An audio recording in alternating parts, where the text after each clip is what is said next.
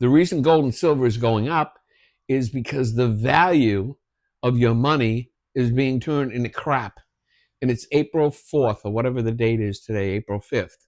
We haven't even seen anything yet, because what's going to happen, which is happening to every other country around the world, is inflation is heading in our direction. Now, I listened to an expert, somebody that really knows what they're doing, going on at King World News, and he said, hypothetically, we'll say that the government is admitting that inflation today is at 4%. Well, that's bullshit. It's more than 4%. It's probably 8%. So if we're going to go all the way back to 1985, what are you going to do when inflation is 20%?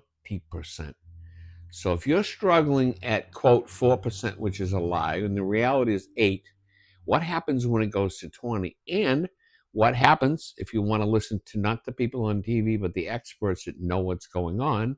Again, go to King World News or Gerald Celente. They're telling you this is going to come in like a wave.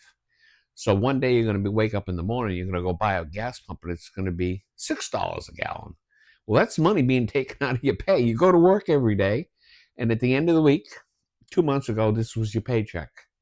And then you get high inflation and come back, and it's not your paycheck anymore. That's your paycheck. Now, you may be getting the same amount of money, but it's not going anywhere. It doesn't have the same value that it did in the past. So my opinion is, or just to look at an opposite view, as far as Trump is concerned, things are going fine. If the intention at the beginning was to create this turmoil, then that's what's happening.